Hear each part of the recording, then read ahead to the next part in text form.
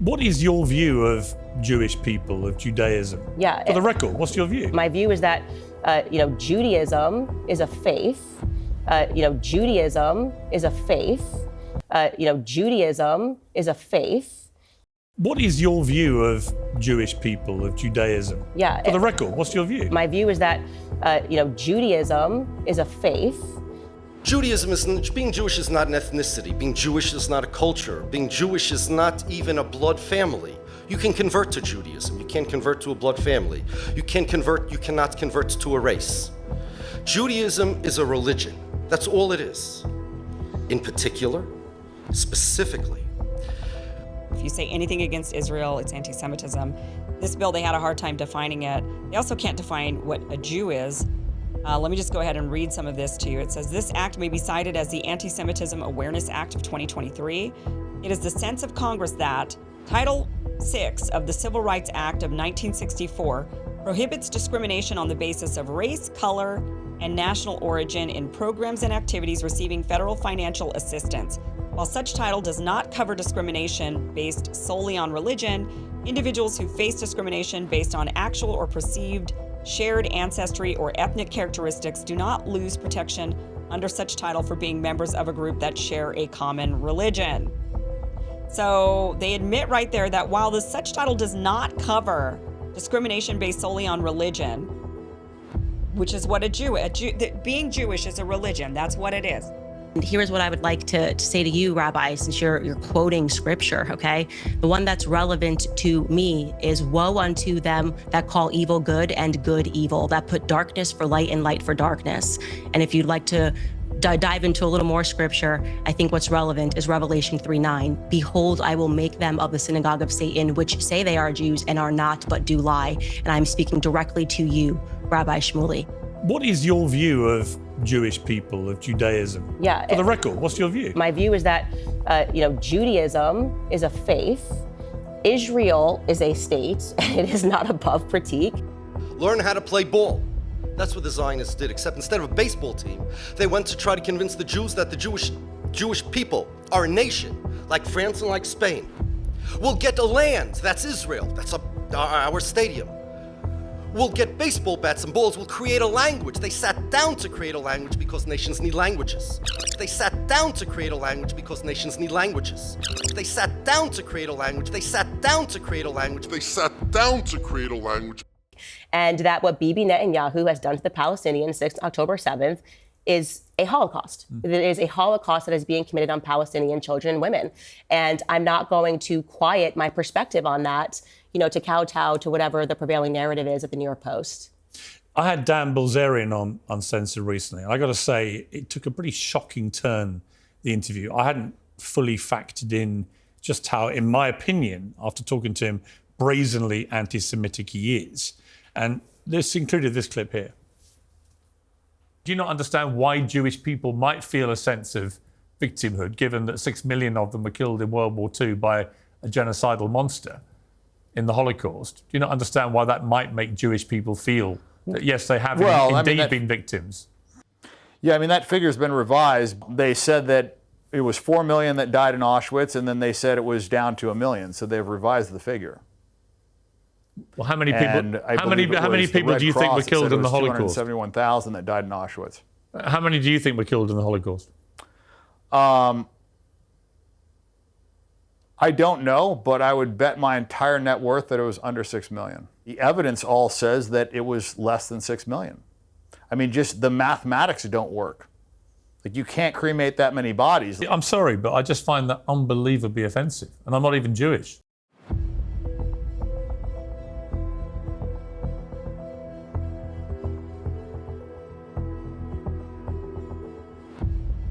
Poland agrees to change Auschwitz tablets. After 50 years of deflecting the request of Jewish groups, the Polish government has agreed to change the wording on stone tablets at Auschwitz and Birkenau, the adjacent Nazi camps where more than 1 million Jews died during World War II. The move follows decades of appeals by Jewish groups who say the current plaques do not fully reflect the suffering of Jews there and focus too heavily on the camp's non-Jewish victims. So they're saying that according to them at Auschwitz, that number is highlighting those that were non-Jewish. But notice what they say. While thousands of non-Jews were among the estimated 1.5 million killed at Auschwitz, the victims were predominantly Jewish. This is the original tablet. 4 million people suffered and died here at the hands of the Nazis. Murders between the years 1940 and 1945 said 4 million. But then when we go to the newest or the more up-to-date plaque, it says here, forever let this place be a cry of despair and a warning to humanity, where the Nazis murdered about 1.5 million men, women, and children. But notice the wording here. It says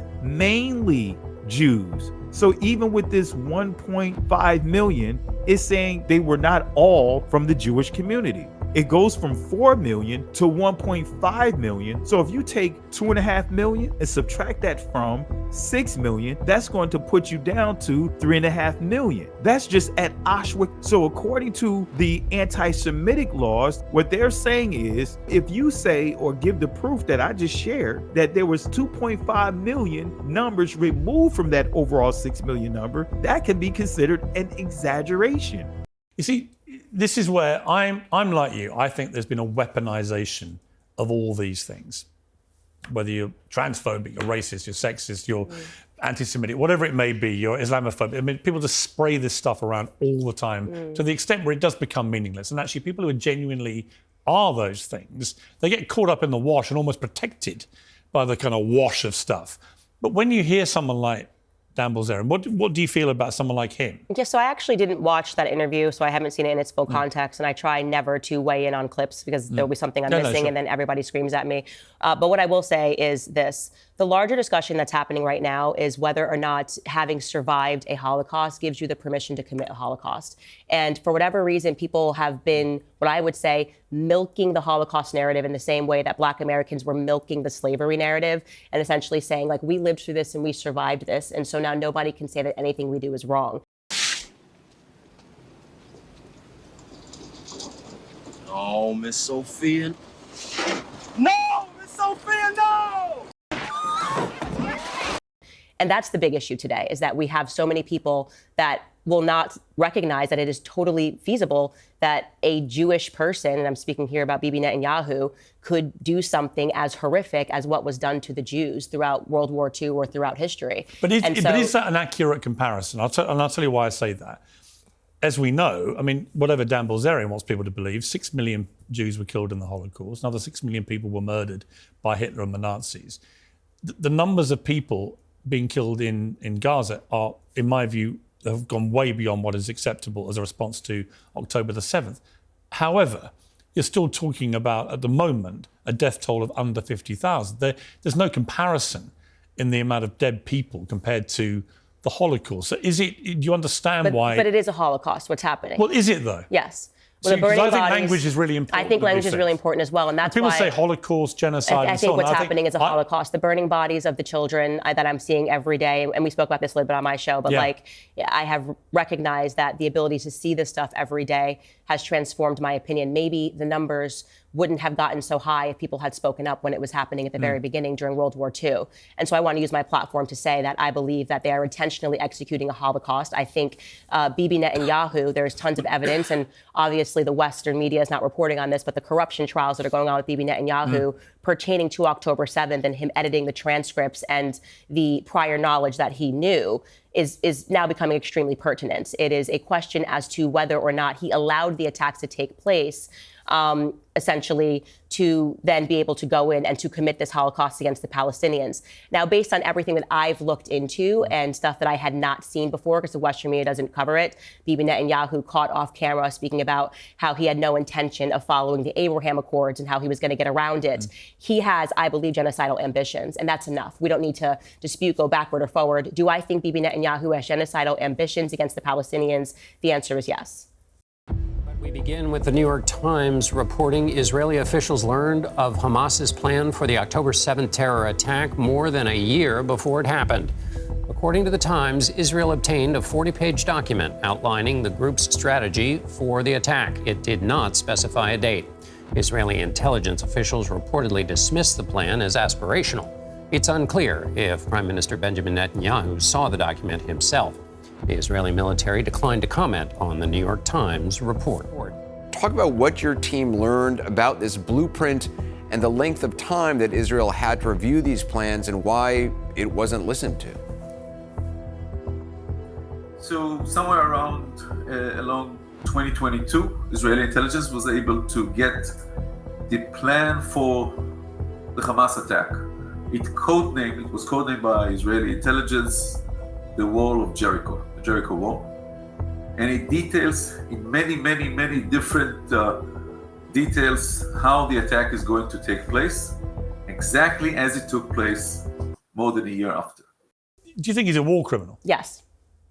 I believe he's a war criminal. And I think that the issue is how much power he has, particularly in America. And I want to make sure that I'm just crossing or I guess making that clear to people across the pond.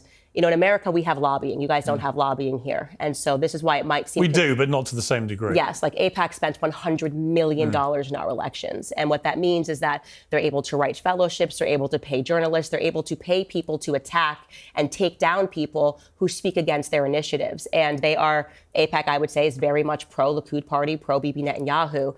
And this is why you have seen people like me being attacked in the way that they have been attacked for what I believe is just a human stance on what's happening to the Palestinians. I don't care if you had flipped it, if it had not been Israelis, if it had been, you know, if it had been Christians doing this to Muslims, I would say the exact same thing based on the images that I've seen.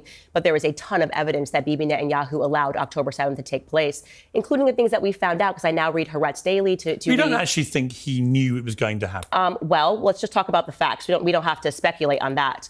What we do know is that they did intercept the hostage plan before it took place, right? The 250 hostages that came out in Haaretz media. We also know that Egypt gave them prior a warning that the attacks were going to take place. Egypt said that they were being ignored. That was a fact. I've been to Israel. Have you been to Israel? We know it's the size of New Jersey. We know that it takes 15 minutes to get from one end to the other. And we know that every 5 feet, there's a person in your face holding a gun. That attack went on for 2 hours without interruption. I find that hard to believe. And this gets to the, I guess you could say, the nucleus of the corruption trial against him, when now he's even arguing with the IDF minister who he fired, Yoav Gallant, am I saying his last name correctly? Where they're saying that some funny stuff happened on October 7th, and they are explicitly accusing him of feeding lies to the Western media. This is crucial. You know, and this could be the undoing of everything. If we find out that he had prior knowledge, and we do know for a fact that he said that he intentionally wanted to take over Palestinian territory, you should find that clip and play it on the show, because it's very significant when he asked the reporter to turn off the camera and then he starts speaking about his plans for the Palestinians. This was years ago. I think Bibi Netanyahu is a monster, and I think the people that are still standing by him and supporting him, you know, I wouldn't want to have that on my conscience. What's your thoughts? Please be respectful with your comments. Also, please click the like, click the notification bell, and subscribe to this channel. Listen, Genesis chapter 11 verse 10 explains the genealogy of Shem. Shem was a black man in Africa. If you repeat this back, Genesis 14 verse 13, Abraham steps on the scene. Being a descendant of Shem, which is a fact, means Abraham too was Abraham, born in the city of a black man called Nimrod, grandson of Ham. Ham had 4 sons. One was named Canaan. Here, let me do some explaining. Abraham, Isaac was Jacob had 12 sons. For real, and these were the children of Israel, according to Genesis chapter 10. These were the children of Israel, according to Genesis chapter 10. These were the children of Israel, according to Genesis chapter 10.